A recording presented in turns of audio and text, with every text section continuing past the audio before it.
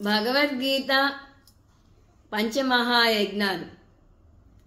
మన జీవితం చాలా హాయిగా సాఫీగా సాగిపోతోంది అంటే దాని వెనుక ఎందరిదో సేవ ఉంది.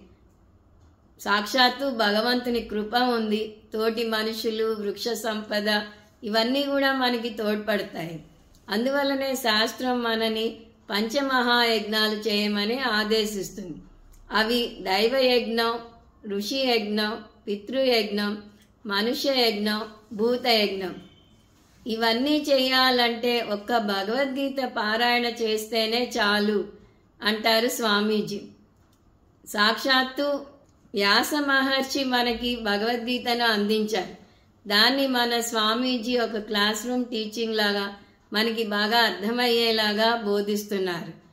ఈ ఇద్దరి కృప వల్ల మనం ఋషి యజ్ఞం చేస్తున్నాం. సాక్షాత్తు కృష్ణ పరమాత్మే మానవాళి మేలు కోరి చాలా సులభ శైలిలో మనకు అర్థమయ్యేలాగా భగవద్గీతను మనకు అందించాడు. అది దైవయజ్ఞం కిందికి వస్తుంది.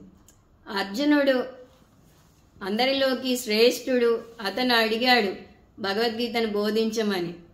అందువల్ల అది మనుష్య యజ్ఞంలోకి వస్తుంది. తరతరాలుగా మనకి భగవద్గీత అందించబడుతున్నది. ఆ విధంగా పితృయజ్ఞం అవుతున్నది. భగవద్గీతని పుస్తకాలుగా అందించటం వల్ల మనం భగవద్గీతను నేర్చుకోగలుగుతున్నాం. అది భూతయజ్ఞం కింద వస్తుంది. అందువల్ల ఒక్క భగవద్గీత వల్లనే మనం పంచమహాయజ్ఞాలు చేసినంత పుణ్యం పొందుతున్నాం. అంటే మనం తిరిగి మళ్ళీ ఇంకోళ్ళకి బోధించాలా అంటే మనం భగవద్గీతను బోధించినా బోధించకపోయినా మన వంతు కృషిగా తిరిగి మనం సమాజానికి ఒక చిన్న సహాయమైనా చేయాలి.